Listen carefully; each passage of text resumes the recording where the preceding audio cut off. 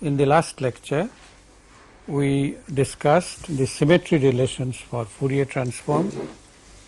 We discussed the concept behind DFT. What is the concept? N number of pieces of information in the time domain, and therefore n number of pieces of information in the frequency domain should be adequate, and these n are usually obtained by sampling the Fourier transform at capital N number of points evenly spaced, that is uniform sampling. We also stated the formulas for DFT and IDFT and emphasized that one follows from the other. The two are not independent of each other, because DFT as well as FT are one-to-one transformation. We sketched the proof of IDFT and we gave examples of delta n minus m and cosine of twice r pi n by n. Then we said that DFT is useful and important because of FFT, which itself is not a new transformation, it is an algorithm for computation of DFT. Then we said if the samples in the frequency domain, capital N number of samples are given, that is if capital X of k are given, how to find the total spectrum capital X of e to the j omega, and that is obtained by the so called interpolation. The formula does not look very nice, but it can be programmed and then you can rapidly compute the in between samples of DFT. We also made a matrix representation, and that is very important. Although it looks like a mathematical representation only, we showed that capital X vector is simply dn, which is an n by n square matrix small x, where the entries in dn, the first row is all 1, the first column is all 1, and then you have powers of wn. And we also showed that the inverse DFT can be written as dn star capital X 1 by n. Okay. These matrix representations, we shall demonstrate today how these are useful. One point that I wish to emphasize here is that if capital X of k, n number of points are given, and you want a denser representation, you want the in between samples, you can do it by interpolation. You can compute from the interpolation formula. You can also do it differently using DFT only.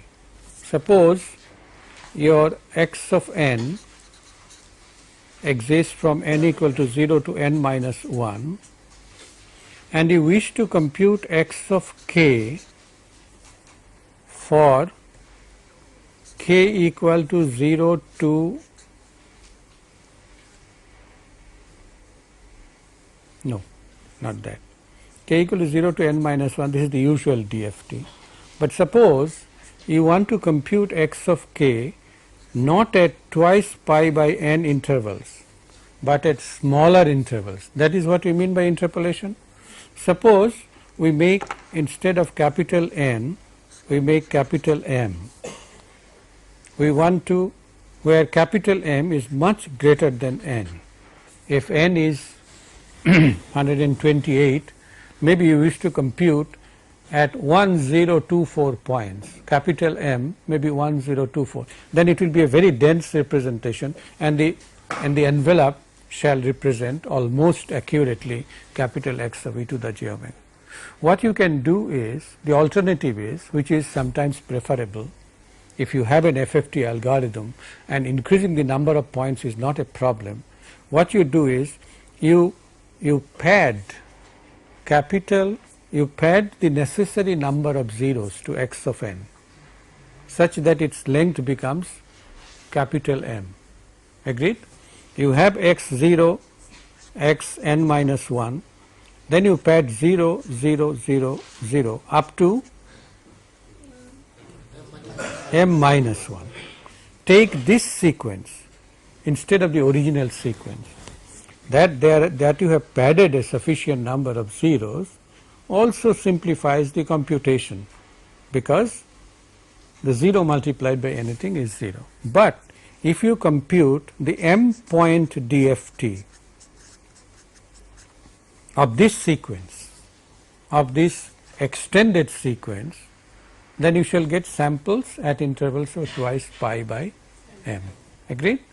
So this is an alternative method for doing this. You either use interpolation or you artificially extend the length of the sequence by adding zeros, all right, and then compute capital M point DFT.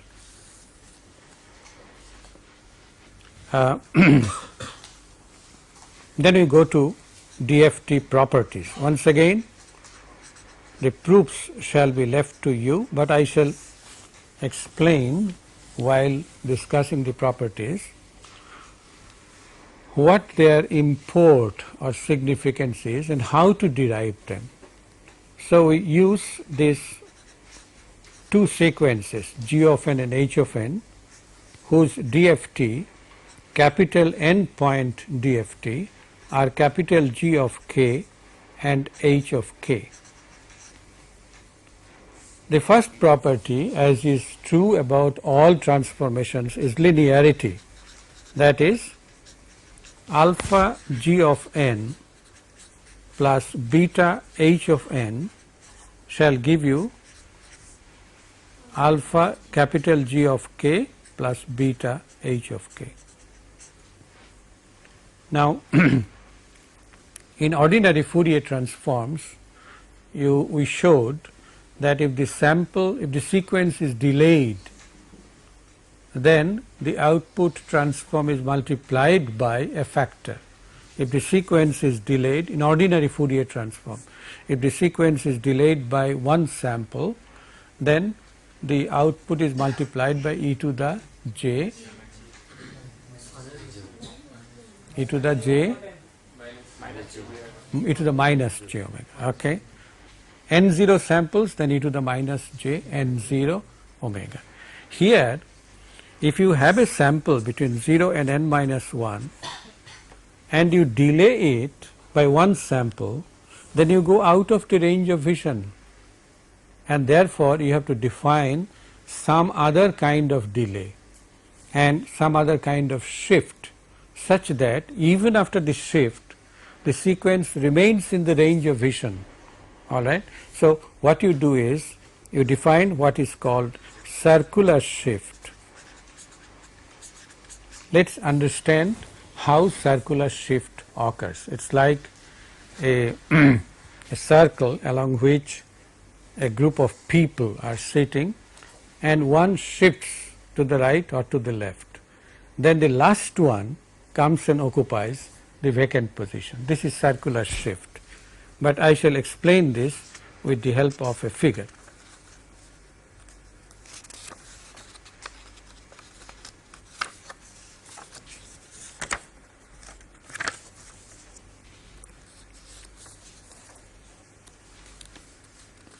The figure that I have prepared is the following. I'll project it by parts. Look at this diagram. I have taken a very simple sequence of length 4, x0, x1, x2, x3. These are arbitrary amplitudes. Okay. What I do is I draw a circle. This is why the name circular shift comes. I draw a circle and put them at equal intervals. They are at equal intervals. So I divide this into 4 equal parts, x0, x1, x2, x3. And the shift that we are talking of is clockwise shift. Shift to the right shall mean clockwise shift. Now if I shift this sequence by one sample, then x0 will come in the position of 1, x1 will come in 2, x2 will come here, then x3 will go to 4. So it turns back and occupies the vacant position. This is what we mean by circular shift. And the successive diagrams will show delay by one sample. Delay by one sample, if you put n equal to 0 here, now let us go to the mathematics. If the idea is clear, then the mathematics is that n minus 1, if n equal to 0, it becomes x of minus 1. Then you take it modulo 4, that is add 4 to it. X of 4 minus 1 is x3, so x3 comes here.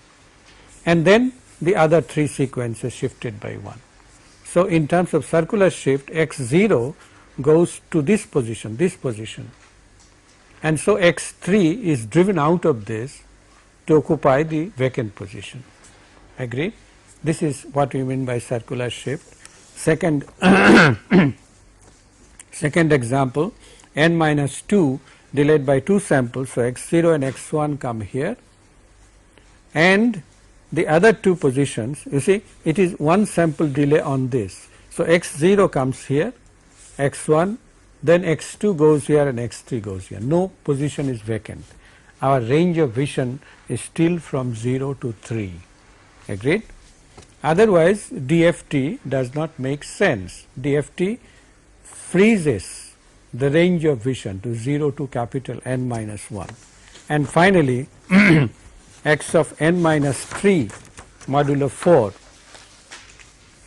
is simply x of, you add 4 to it, and so it is x of n plus 1 modulo 4, and if you calculate the samples, this will be the picture. In terms of the circle, it is more easily visualized. In terms of a circle, while x0 comes here, there are 3 samples of delay. So x0 was here, 1, 2, 3, and then they go in a merry-go-round fashion. Okay? Circular shift. Can you just explain how you written those equations? These equations? Yes. One shift, because it shifts beyond the range of vision, we take modulo the number of samples, modulo 4. So x of minus 1, for example, is the same as x of 3. Similarly, here if you put n equal to 0, x of minus 3 is the same as x of 1. That is what I have written. So the shift is now a modular shift or a circular shift. The argument has to be taken modulo 4. Then your range of vision shall remain frozen between 0 and 3. Okay? 0 and 3.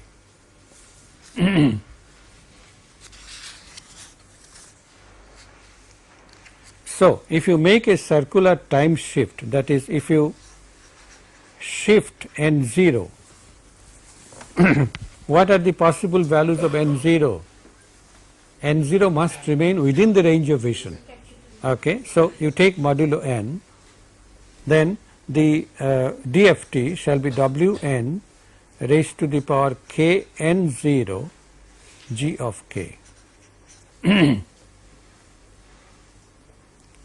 If you have a circular frequency shift, that is, you have Wn raised to the power minus k0 n multiplied by g of n. You multiply by an exponential, then the DFT simply becomes g of k minus k0. It follows from the definition modulo n. Agreed. Then comes convolution. You know, in linear convolution, if you take the convolution of n samples with another sequence also having n samples, the total length of the linear convolution shall be 2n minus 1. Agreed? In circular, in DFT applications, your range of vision has to be restricted to 0 to n minus 1. You cannot go beyond that, and therefore you have to define what is called circular convolution, sometimes also called periodic convolution. Periodic convolution is GM h of n minus m, but when you take n minus m, you have to take modulo n. Then you make sure that the range of vision shall be restricted between 0 and n minus 1. The shift has to be a circular shift. M goes from 0 to n minus 1, capital N minus 1. Then the then the DFT shall be simply the sum of them. So, circular convolution gives rise to a multiplication in the frequency domain exactly like either Laplace transform or Fourier transform. Okay, circular convolution. Then corresponding to modulation property of Fourier transform, we have here g of n, h of n, and in Fourier transform it was an integration. Here it shall be a summation, because the inverse DFT is also a summation. In the previous case it was integration, and the value is, the Fourier transform is 1 over n g of m h of k minus m, but modulo n, and then m goes from 0 to n minus 1. All right. This clearly is a convolution, but a circular convolution. It has to be brought in mind. What it imposes on the mechanics of convolution, we shall illustrate with a few interesting diagrams. Finally, the Parseval's relation for energy is also valid here. Parseval's relation, that is, the energy in the time domain x of n squared, n equal to 0 to n minus 1, is exactly equal to 1 by n summation x k magnitude square, k goes from 0 to n minus 1. The energy in the time domain is the same as the energy in the frequency domain.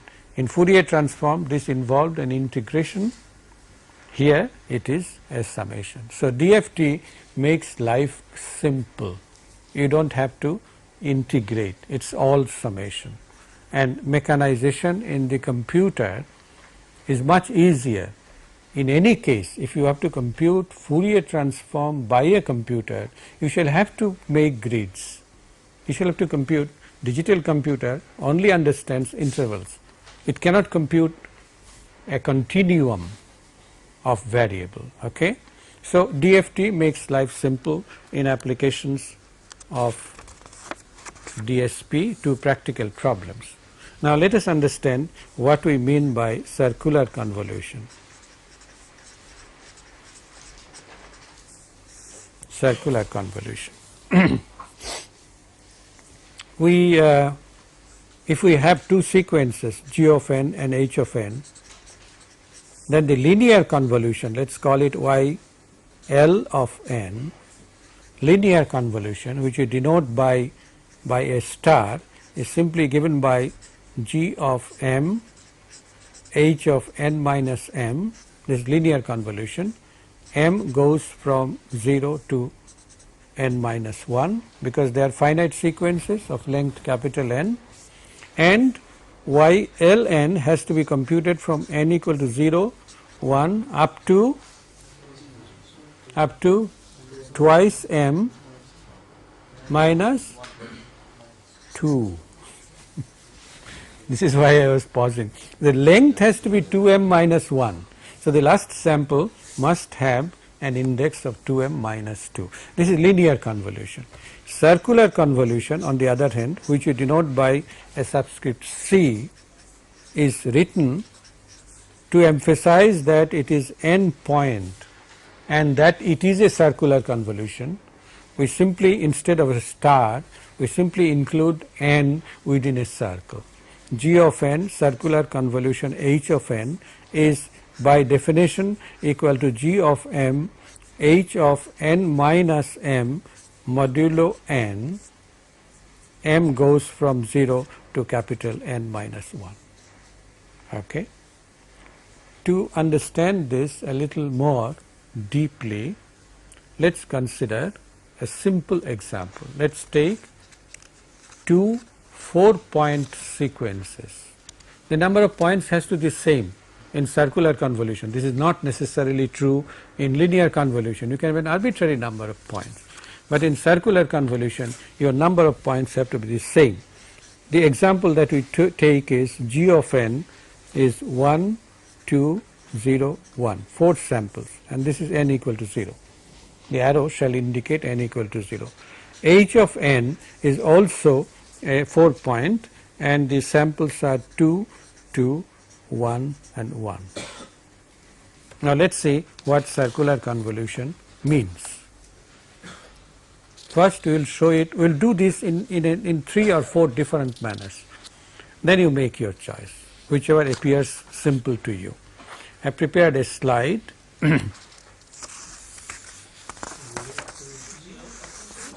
Pardon me? This is Hn0. It has to be the same. The last sample must be n minus 1. Okay. Now look at this slide carefully.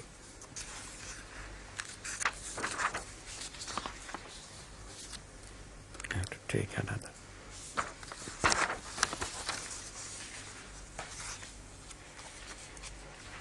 I will project it in parts, in steps. Let me use a different color. Green. Green is supposed to be a go signal. I have indicated m here 0, 1, 2, 3, g of m here 1, 2, 0, 1, h of m is 2, 2, 1, 1.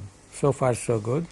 Now I have to find out h of minus m, then shift it by one sample at each step.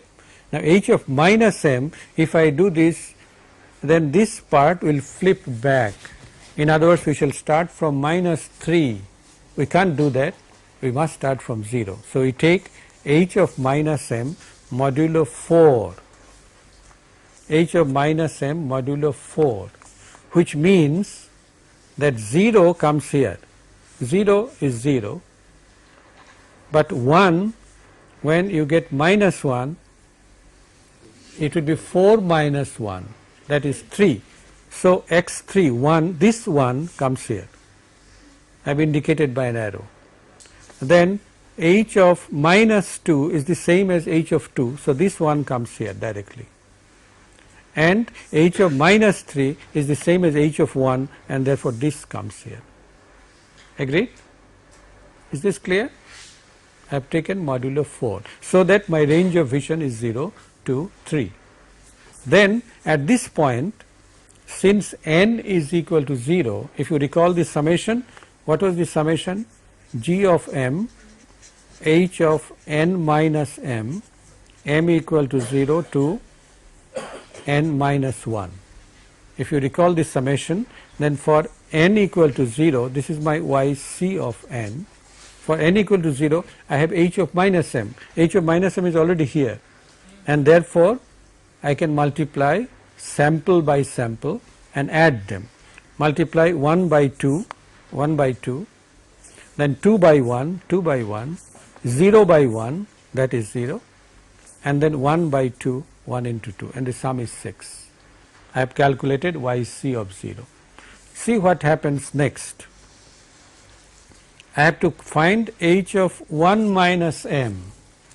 1 minus m means the whole sequence is shifted to the right by one sample, and the last sample runs back to occupy the vacant position. So 2 goes here, 1 goes here, 1 goes here, and this 2, this running back, I have indicated by this arrow. Agreed? Since you have found out h of 1 minus m, n is equal to 1, therefore you can calculate yc of 1. What you do is 1 multiplied by 2, 1 multiplied by 2, 2 multiplied by 2, 2 multiplied by 2, 0 multiplied by 1, okay, and 1 multiplied by 1. Sum them up, the sum is 7. This process continues for another 2 steps. We have already found out 2 samples, another 2 samples have to be found. So h of 2 minus m, you see the pattern repeats. This comes here, this comes here, this comes here, and this one goes back to the 0th position. So, I now multiply this sequence by this sequence, 1 times 1, 2 times 2, 2 times 2, then 0 times 2 and 1 times 1.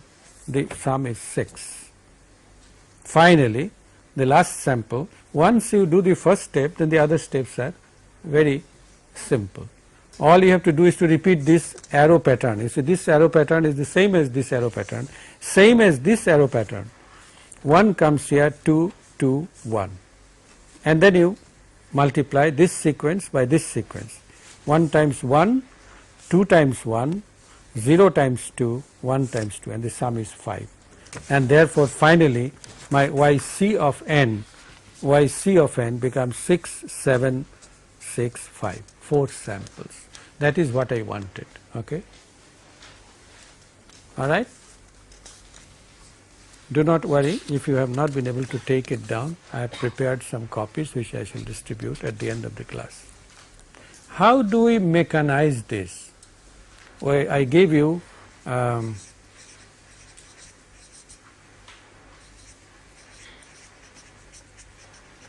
for linear convolution, didn't I? SCDR trick. Some of my students write my name like this. There should be a mechanization here also. You see, this is very simple. You have to follow this carefully. It's not in the book. The trick is the following. I should take it. Let me explain in steps. Let's see. How do we mechanize this? Without going through the graphical computation, can you do it mechanically? Well, what we do is the following. I have written m, g of m and h of m, and I have identified which are g0 and h of 0. This is important. Okay? I should be able to keep track of which sample will be what. Then what I do is I do the same thing as I did in linear convolution. That is, I multiply 1 by 1, exactly like arithmetic multiplication. So, 1 times 1 is 1, 1 times 0 is 0, 1 times 2 is 2, 1 times 1 is 1. This is the first step. In the second step, if you recall, in arithmetic multiplication or linear convolution, we had left this place vacant. We leave it vacant now also. So, we put a dash here. We put a dash here and then go for the second one, 1. 1 times 1 is 1, 0, 1 times 2 is 2, then 1 times 1 is 1. We don't write it to the left. It runs and occupies the vacant position. All right. So, we continue this. In the next step, we leave 2 vacant places, right. Then we multiply by 2. 2 times 1 is 2 here. These 2 are vacant. Okay. 2 times 1 is 2, 2 times 0 is 2. Then 2 times 2 is 4. 4 runs and occupies the first available vacant position. All right. Then 2 times 1, well, it sees this field, so it goes to the next one, 2. Agreed? You see that we have only created 4 samples in each step. Then the last one is you leave 3 vacant spaces, and 2 times 1 is 2, then 2 times 0 is 0, 0 occupies here, 2 times 2 is 4, it comes here, 2 times 1 is 2. Then you add them. Now there is a problem. It becomes 5, 6, 7, 6. Our result was 6, 7, 6, 5. So you must identify which one is the 0th sample. Then the rest will be clear. Okay. You recall that this was G0 and this is H0. Where does the product Z0, H0 occur? The sum of the indices should be equal to the index of the output sample. Okay. Where does G0, H0 occur? This is the one. In the last step, we had created 3 vacancies, right? And then we went like this, 2 times 1, 2 times 0, 2 times 2, 2 times 1. This comes here. So identify where is G0, H0. This column will give you Y sub C of 0. Okay. So 6, Then the next one will be 1, next one will be 2, and then since there is no more, you go back and find out the third sample. Once you identify this one, then the problem is solved. Well, suppose you have made a mistake in identifying this. How do you verify?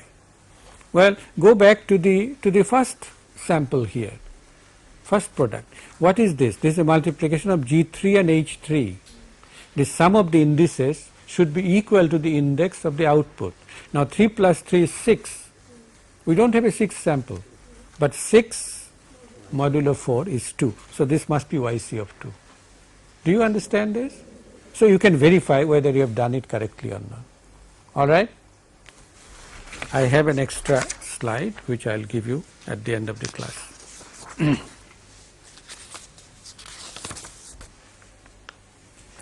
Now, as I told you, we can compute circular convolution by various other methods, and one of the methods is that you find G of k, you find H of k, multiply the two, then take IDFT of this. This is one of the methods. Let us see, we will compute the same example by this method. No, I don't have a slide. Our sequences are G of n is 1, 2, 0, 1, and H of n is equal to 2, 2, 1, 1. Understood that the first sample is the 0th sample and the last one is the third sample, 0, 1, 2, 3. Now G of k, let us understand, well, the definition is that G of k shall be G of n, W n raised to the power n k, n will go from 0 to 3. W n, this n is 4. Now let us see what is W4, e to the power minus j 2 pi by 4, and therefore this is equal to e to the power minus j pi by 2, and that is equal to minus j. Agreed? So I can write this G0 is 1, 1 plus, if I put k equal to 0, k equal to 0, well, let's write the general formula. This will be minus j to the power k, okay. I am not calculating G1, I am calculating Gk. So we get G0 multiplied by W4 to the power 0. I keep k as a variable, plus G1 minus j to the power k plus G2 minus j to the power 2k plus G3 minus j to the power 3k. Alright. So you find out, you put values of k equal to 0. K equal to 0 means it will be the sum of all these. K equal to 1, k equal to 2, k equal to 3. I have actually carried this out, and the result, I leave this algebra to you. Do not make a mistake in powers of j and minus j. Minus j whole squared is minus 1. Plus j whole squared is also minus 1. Okay? Do not make a mistake. My result is, please do verify whether I am right or wrong. My result is Gk is 4, 1 minus j minus 2, 1 plus j. And in a similar manner, I calculate Hk. Hk is 6, 1 minus j, 0, 1 plus j. So the product Gk Hk shall be the corresponding samples multiplied 24. What is 1 minus j whole squared? Minus 2j. What is minus 2 multiplied by 0? Well, that is 0. and 1 plus j whole squared is plus 2j. And then y c of n shall be the IDFT of this, that is 1/4 summation k equal to 0 to 3, all right, g k h k multiplied by minus j. It's the same. Is it minus j or plus j? Plus j, the power is negative, so it is plus j to the power n k. Agreed? Now you expand this. This will be 1/4. The first sample is 24. Then j to the power n is 0. I am sorry, k is 0. So j to the power 0 is 1 minus 2j, j to the power n. We are computing yc of n. Then plus 0 we ignore, plus 2j, j to the power 3n. So you put n equal to 0, n equal to 1, n equal to 2 and n equal to 3 and compute this sequence. Once again, be careful about the powers of j. They are very elusive. The final result that I get, please do verify, I get yc of n as equal to 6765 as expected. It has to be. So I have given you 3 methods. One is graphical, one is trig, third is multiplication of gk by hk and taking inverse DFT. Now this is where the matrix representation comes to help.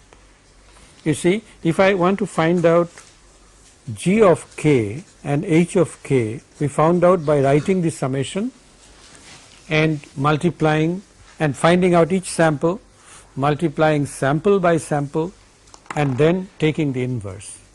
Now I could do this in a very simple manner if I find what is D4. All right. D4 will occur in finding gk, in finding hk and also in finding the inverse DFT, because gk hk is also of length 4. Agreed? So D4, one matrix is good enough. The rows are, the first row is 1, first column is also 1. Then you have Wn to the power 1. What was W4? Minus j. The next one would be minus j squared, so minus 1. Then minus j whole cube, that is the product of these two, would be plus j. You see, we can't make a mistake here. It's very easy to do this instead of writing in the summation form. Then the next one, this will be minus j squared, so it will be minus 1, right? Then plus j or minus j. I warn you, you are making a mistake. This is Wn squared. The next will be Wn to the power 4, not 3. This is Wn 1, 2, 3. We start with Wn squared. The next one will be Wn to the power 4, that will be plus 1. Then Wn to the power 6, that will be minus 1. Please do not make a mistake. What were your second row, third row? Third row is 1, Wn squared, Wn 4, Wn 6 and so on and so forth. Because your k is equal to 2, right? The next one, this will be Wn cubed, which is j. Then Wn minus 1, then minus j. Don't make a mistake. This is Wn cubed, this is Wn 6, then you have Wn 9, which is the product of these two. This you should be able to write without any thought, okay? You should be able to write. And then it becomes very simple. So we get gk equal to D4 D4, then the samples of G of n, which are, I lost them, 1, 2, 0, 1. Similarly, you find Hk, the same matrix, and this matrix multiplication is very easy. 1 minus j minus 1 j, you multiply by numbers and add them up. Okay, this is much quicker. You find out Hk, and then you find out GK and find out Yc of n. Finally you find out Yc of n as 1/4 D4 star. All right. So all you have to do is wherever minus j occurs, you put plus j. That's all. Wherever minus 1 occurs, you put minus 1. Okay. 1, 1, 1, 1, 1 j minus 1 minus j, 1 minus 1, 1 minus 1, 1 j, no minus j, minus 1 plus j, multiplied by the samples of Gk, Hk. Okay, whatever the samples are, I have lost them. But you will see that this computation is much easier to do than writing in the summation form and keeping track of powers of j. Once you are able to write D4, you are absolutely safe. Okay.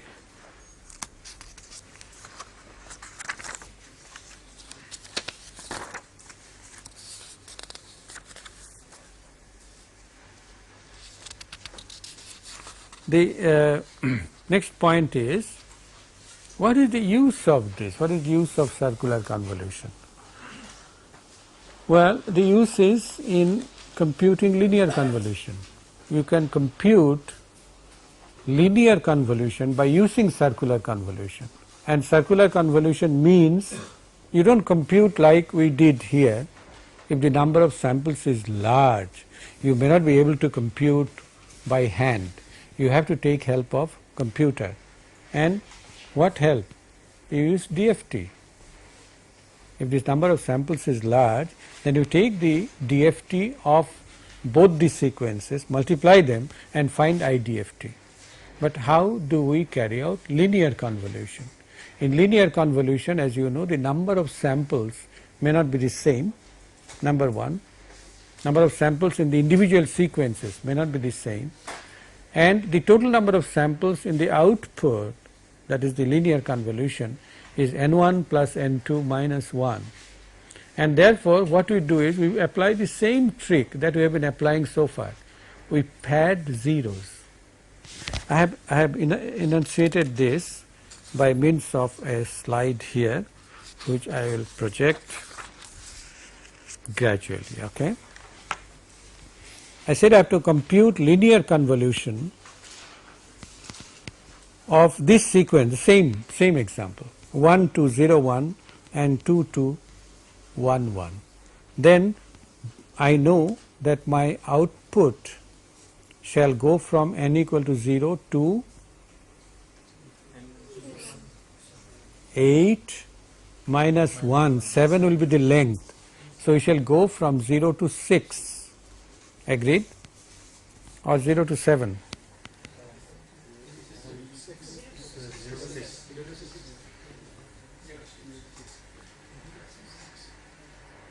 The length of length of the output shall be 7. Agreed? Yes.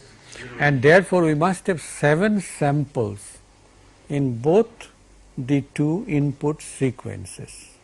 Agreed?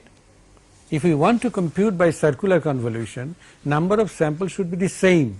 So I compute how many samples do we require in the output? 7? Yes. So I make both of them 7 by padding zeros. I have 1 2 0 1, then I add 3 zeros. I have 2 2 1 1, I add 3 zeros.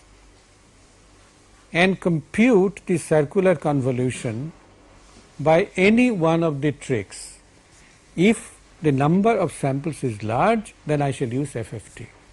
But if the number of samples is manageable like this, you see how we can do it by mechanization. Okay? 7 and 7. So, the output circular convolution should also have 7 samples. So, we go the same way, we multiply by 0, all of them are 0. The next one we keep one place vacant, again all zeros, then the last 0 comes here. Next one 2 places vacant, and I go on doing this. Okay? The same mechanization. My final result is here.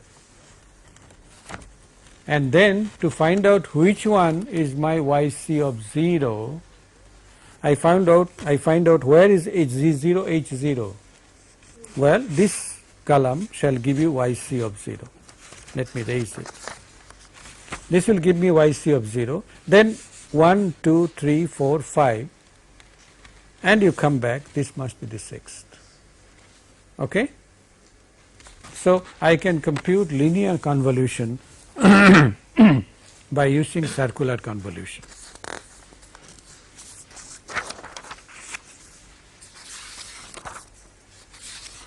In summary, we have found various methods for computing circular convolution. One is graphical, one is the trick,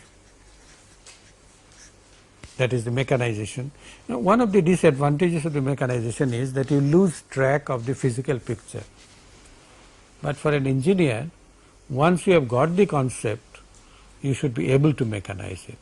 Time is important, okay, and therefore whatever works, you have to do it a little carefully. In circular convolution, as you know, you have to identify which column shall give you the 0th sample, then everything else is clear. Okay, the trick, then we said find GK, HK and IDFT of that. Okay, this you can do by 2 methods, by matrix method, which appears to be easier, okay, and the other one is the summation or step by step. And finally, what else did we do? There are 4 methods now. Finally, we said that linear convolution can also be computed by FFT. That is where the importance comes, by FFT, if you pad sufficient number of zeros to the input sequence, to the 2 sequences which are to be convolved. The number of zeros has to be carefully done so that the length becomes equal